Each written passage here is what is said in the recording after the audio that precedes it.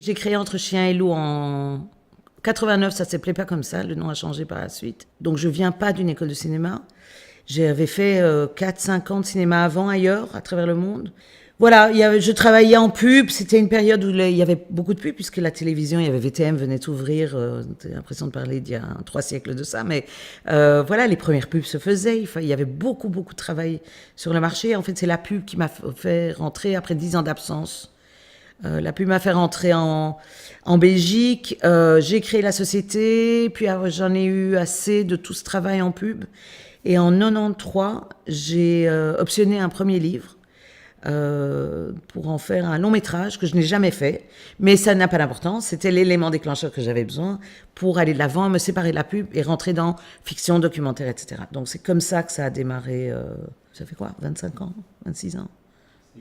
Première étape qui s'est concrétisée, alors c'est une combinaison de choses. Il y avait le Chantal Akerman, un divan à New York, qui est aussi l'objet de rencontres tout à fait étonnantes et diverses, qui m'a amené à produire pour la Belgique le film, pour la boîte de Chantal.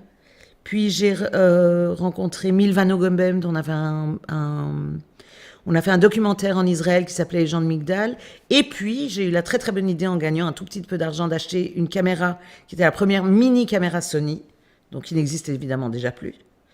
Et 2 jeunes auteurs sont arrivés au bureau en entendant que j'avais cette caméra en disant « On veut faire un film, tu as une caméra, est-ce que tu nous la prêtes pour faire le film ?» Et c'était Pierre-Paul Renders et Philippe Blasband. Et c'est devenu, après Thomas est amoureux, j'ai dit « D'accord, je veux bien vous prêter la caméra, mais je voudrais lire le scénario. » J'ai lu le scénario, j'ai dit « Je fais ».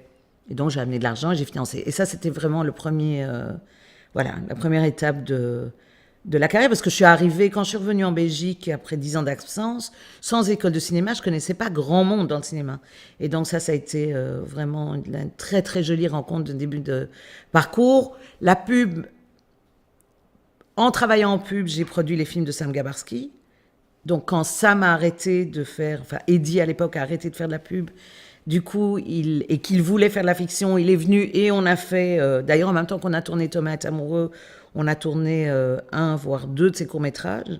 Et puis on a continué naturellement avec Sam sur les longs. Et voilà, le reste, the rest is history, comme on dit.